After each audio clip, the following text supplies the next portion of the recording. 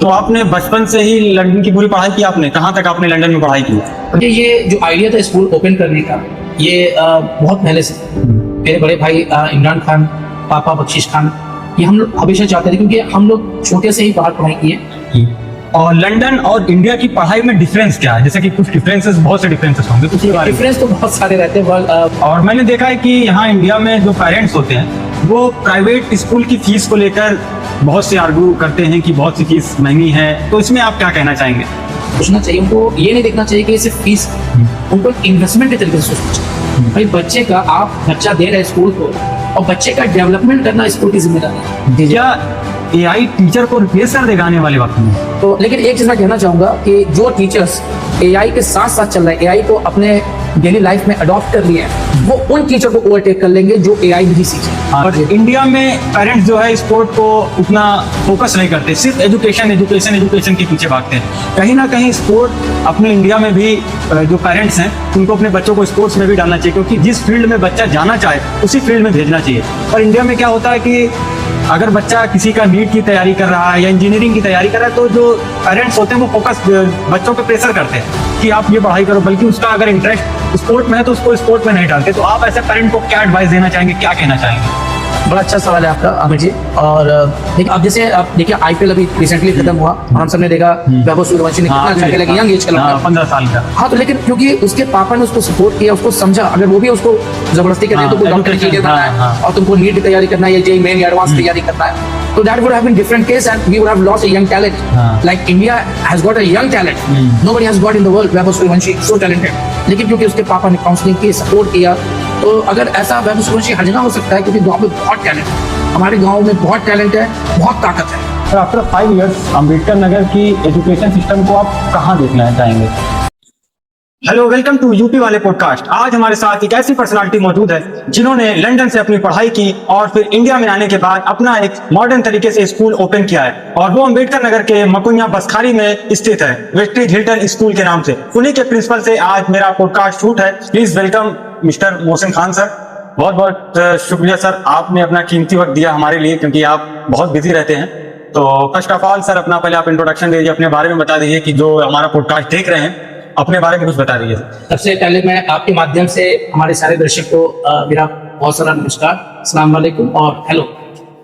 मैं मोहसिन खान, मैं दरअसल अपना ज़्यादातर स्टडीज़ जो है मेरी रही है बैंगलोर कर्नाटका, फिर वहाँ से लंदन चला गया। दरअसल मैं बचपन से बड़ा पैशनेट रहा हूँ और एक हायर एंड स्टडी के लिए, तो वो जो स्टडीज़ मुझे दिखी, तो after Bangalore I thought like why not to move to London for further study, masters के लिए।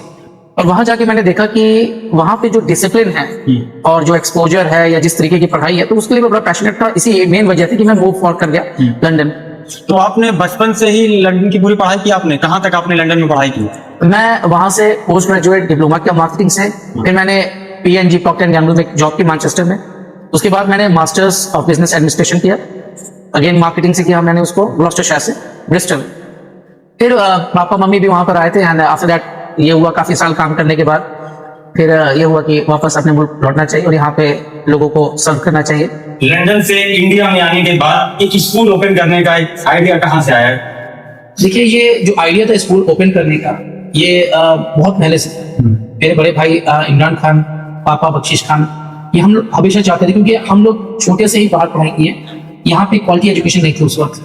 और जब मैं लंदन में था तो तभी से हम लोगों ने सोचना चालू किया कि गांव के बच्चों के अंदर टैलेंट की कमी नहीं है, लेकिन होता क्या कि उनको राइट प्लेटफॉर्म, राइट एक्सपोजर या जो एक स्टूडेंट सेंट्रल लर्निंग होती है उसकी कमी थी यहाँ पे। तो हम लोग चाहे कि वो जो एक एक्सपीरियंस था उसको वहां से हम यूके से लाके इंडिया में एक गांव से एक छोटे बेसिक लेवल से स्टार्ट, तो यही वजह थी कि आइडिया आया। तो फिर स्टार्टेड वेरी स्मॉल एंड हमने बसखारी में शुरू किया, then slowly and gradually we increase and we open the next branch after 3 years। This is serious.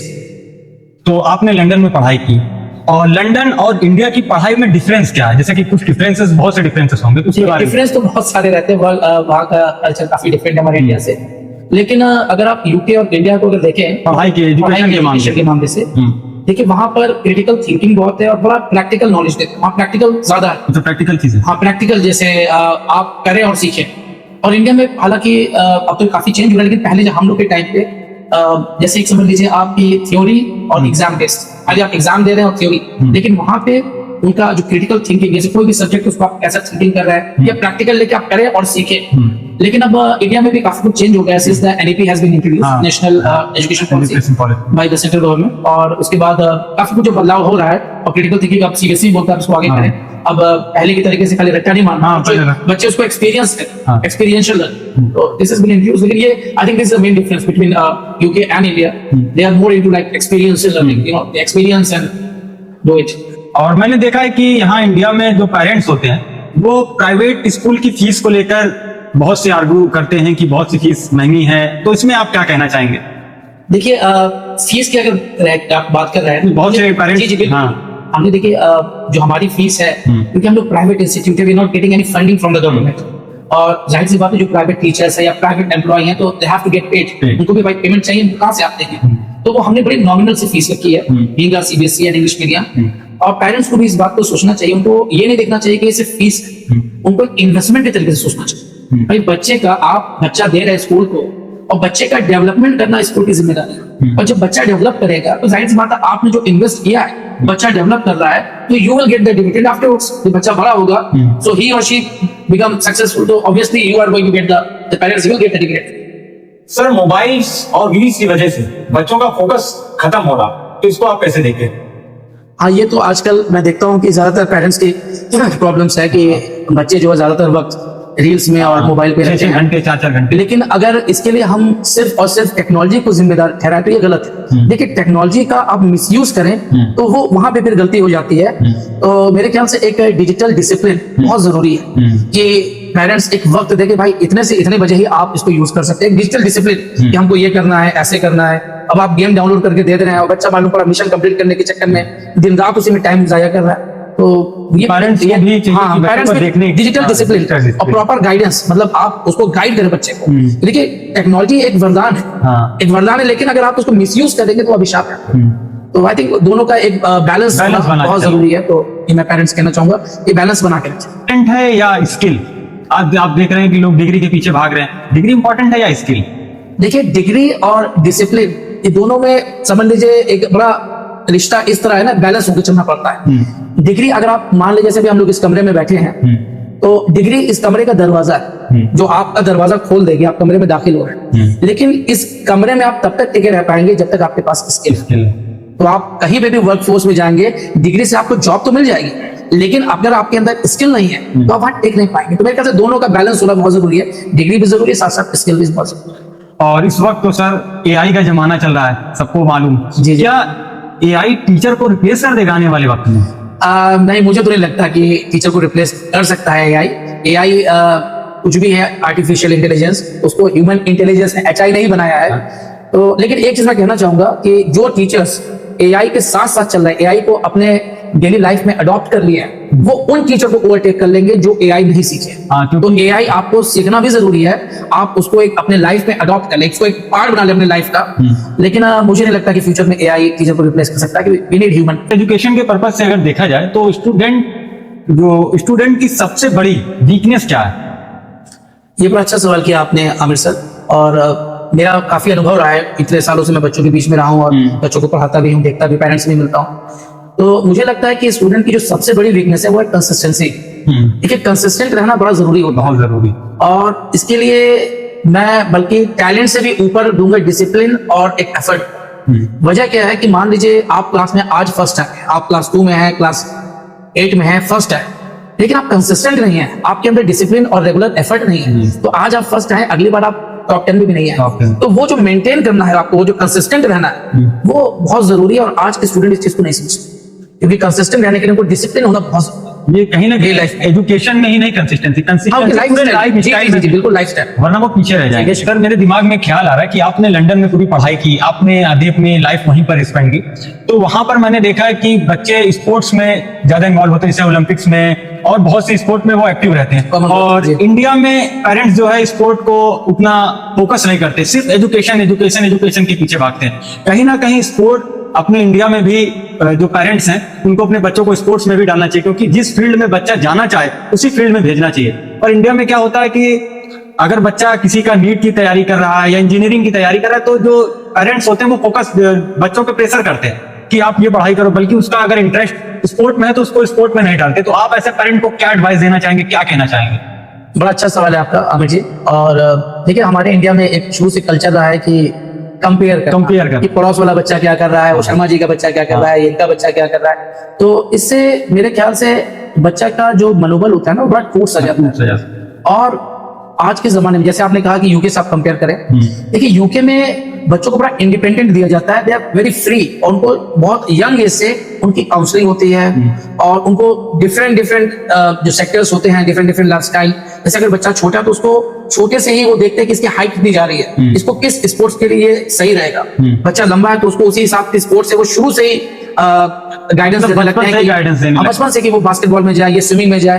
तो अगर आप यूके में देखें तो वहां पे काउंसिल लेवल पे हर जगह डिफरेंट बोरो है, काउंसिल्स हैं, और गवर्नमेंट इनिशिएटिव लेती है, गवर्नमेंट काफी फंडिंग करती है। देखिए, टैलेंट की कमी हमारे भारत में नहीं, आप गांव में देखिए कितने टैलेंट है, सिर्फ यहाँ पे जो अपॉर्चुनिटी है वो नहीं मिल पाती बच्चों को। देखिए, अपॉर्चुनिटी है, प्लेटफॉर्म बहुत बड़ी चीज है। अगर अब जैसे आप देखिए आईपीएल अभी रिसेंटली खत्म हुआ, और हम सबने देखा वैभव सूर्यवंशी ने कितना अच्छा खेला, यंग एज का 15 साल का। हाँ, तो लेकिन क्योंकि उसके पापा ने उसको सपोर्ट किया, उसको समझा, अगर वो भी उसको जबरदस्ती करते हैं तो कोई डॉक्टर इंजीनियर बनना है और तुमको नीट की तैयारी करना है या जेईई मेन या एडवांस तैयारी करना है, तो that would have been different case and we would have lost a young talent. Like India has got a young talent. Nobody has got in the world. Vaibhav Suryavanshi so talented.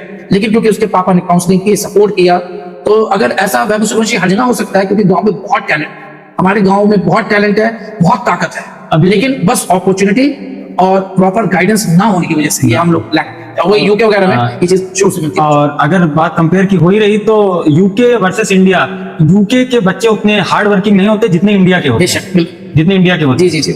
लेकिन उनको क्या है कि गाइडेंस सही नहीं मिल पाती। गाइडेंस और young age से अगर प्रॉपर गाइडेंस मिले तो बच्चा, देखिए जैसे पौधा ही, अगर आप उसको सही तरीके से देखभाल कर रहे हैं अच्छे से, तो वो विशाल और मजबूत वृक्ष बनेगा। लेकिन आपने सही से उसको गाइडेंस नहीं, कि नहीं टाइम पानी नहीं दिया, और मेल न्यूट्रिशन या प्रॉपर गाइडेंस नहीं है, जो भी चीजें हैं, हमारे इंडिया में बहुत कुछ हो सकता है, बहुत टैलेंट है हमारे इंडिया में, है ना। यूके से कहीं ज्यादा हमारी जनसंख्या है, हमारे अंदर यंग पॉपुलेशन है, हम लोग नंबर 1 है पूरी दुनिया में, है ना, टैलेंट में अगर देखा जाए। लेकिन बस गांव के जो टैलेंट है गांव तक ही सीमित रह पाते, आगे नहीं जा पाते, अपॉर्चुनिटी नहीं मिल पाती। अच्छा सर, आपने कहा कि लंदन में जो पढ़ाई है वो डिफरेंस इसलिए है कि वहां पर फिजिकल एक्सपीरियंशियल लर्निंग है जी। तो वो किस तरीके से फिजिकल सिखाया जाता है, थोड़ा बहुत समझाइए।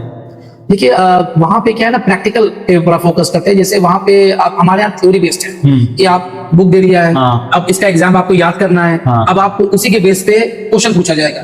लेकिन यूके वगैरह का जो स्टडी सिस्टम बड़ा डिफरेंट है, वहां पे आपको सब्जेक्ट दे दिया गया कि इसके बेस पे आपको क्वेश्चन पूछेंगे, तो उसको पूरा आपको समझना पड़ेगा। वो क्वेश्चन लिखा लिखाया आपको याद नहीं करना है, वो उस टॉपिक को कहीं से भी पूछ सकते हैं। तो आपकी क्रिटिकल थिंकिंग और आप उसको एक्सपीरियंशियल लर्निंग, ये दोनों बड़ी जरूरी है, क्योंकि आपको एक्सपोजर मिला हुआ है, आप सीख चुके हो सब्जेक्ट, आप कहीं से भी लिखिए, वो आप अपने वर्ड्स में लिखेंगे, आपको नंबर मिलेंगे, तो वो बच्चा वो समझ जाता है, वो कहीं से भी आप पूछे। और अगर हम इंडिया में देखें, जो पहले, अब तो काफी न्यू एजुकेशन पॉलिसी काफी डिफरेंट कर रही है जो 2020 से, वरना पहले जो हमारा सिस्टम था ये बड़ा वही याद करके लिखना। मुझे लगता है कि आपने वही सब सोचकर अपने स्कूल में पूरा मॉडर्न तरीके से पूरा जी हम लोग बेसिकली नॉर्म्स के हिसाब से चलते हैं, और एक्सपीरियंस लर्निंग पे हम बहुत फोकस करते हैं, और स्पोर्ट्स पे भी हम बहुत फोकस करते हैं। और अगल बगल हमारे जितने भी स्कूल्स हम लोग इनवाइट भी करते हैं, आए क्रिकेट खेले, फुटबॉल खेले, बास्केटबॉल खेले, टेबल टेनिस, एथलेटिक। तो सर, सक्सेस का रियल मीनिंग क्या है? देखिए, सक्सेस का रियल मीनिंग आज के जमाने में लोग पैसा या पोजीशन समझते हैं, पैसा ही सब कुछ। हाँ, लेकिन मैं तो ऐसा नहीं मानता कि पैसा या पोजीशन ही रियल सक्सेस है। हाँ, रियल सक्सेस तब आप कहेंगे जब आप कुछ लोगों के लिए करें, लोगों की जिंदगी में बदलाव ला सके, उनकी जिंदगी को आप बेहतर कर सके, तो मैं उसको कंसीडर करता हूँ सक्सेस। मेरे लिए वो सक्सेस। आप कोई सक्सेस ऐसा क्या, आज आप है कल नहीं है, कौन आपको याद रखेगा? कितने बड़े बड़े लोग हैं, आए और चले गए। तो पैसा पोजीशन हर चीज नहीं है, आप लोगों की जिंदगी में बदलाव लाए, पॉजिटिव चेंज लाए, समाज बदले। यूथ को आप क्या एडवाइस देना चाहेंगे? सर, आप एक प्रिंसिपल हैं और उसके साथ साथ आप एक टीचर भी। सर, यूथ को आप क्या एडवाइस देना चाहेंगे? आज के यूथ तो वैसे खुद ही बहुत समझदार हैं, लेकिन मैं एक एडवाइस जरूर देना चाहूंगा आपके माध्यम से कि यूथ जो है ना, अपना मोबाइल स्क्रीन जो टाइम है उनका, उसको थोड़ा कम करें, और ज्यादा से ज्यादा लर्निंग की तरफ ध्यान दें।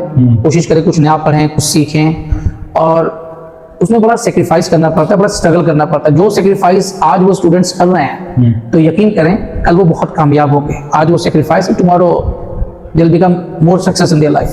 सर, एक क्वेश्चन ये है कि आपके स्कूल का काफी नाम है, क्योंकि बसखारी में भी आपका एक वेस्टर्न चिल्ड्रन स्कूल चलता है और एक मकुनिया में भी। तकरीबन दोनों स्कूल में 2 से 2,500 बच्चे पढ़ते हैं। तो कहीं ना कहीं इसका ड्रीम क्या है सर? इतने बड़े बच्चे हैं, इतने बड़े मतलब स्कूल का हमारा सर विजन क्या है, ड्रीम क्या है? विजन क्या है? देखिए, वेस्टर्न हिल्टन स्कूल का अगर आप ड्रीम पूछें तो हम लोग रूरल इंडिया में गांव की तरफ है, और हम लोग चाहते हैं कि वेस्टर्न हिल्टन स्कूल जो एक रूरल इंडिया का एक बेंचमार्क बन सके और बेंचमार्क एक हाई स्टैंडर्ड मेंटेन कर सके रूरल गांव की तरफ।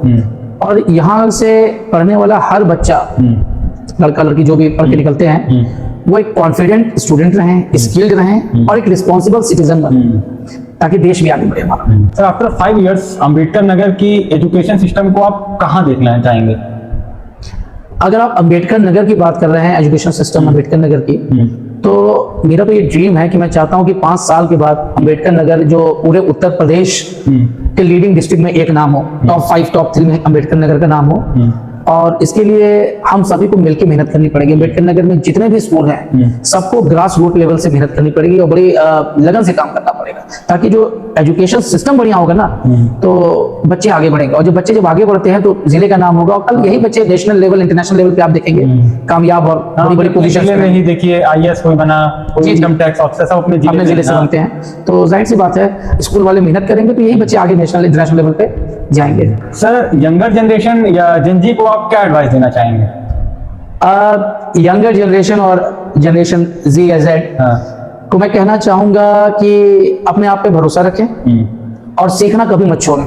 कुछ नई नई चीजें सीखते रहें और फेलियर से कभी घबराएं ना, क्योंकि देखिए, फेलियर के बाद आपको हमेशा एक अपॉर्चुनिटी मिलती है, आप कहीं कुछ सीखते हैं। फेलियर से आदमी बहुत कुछ सीखता है, तो बिल्कुल ना घबराएं फेलियर से, अपॉर्चुनिटी हमेशा आती रहेगी और आप आज नहीं तो कल जरूर सक्सेस होंगे। To be last question, podcast की क्लोजिंग लाइन आप क्या कहना चाहेंगे?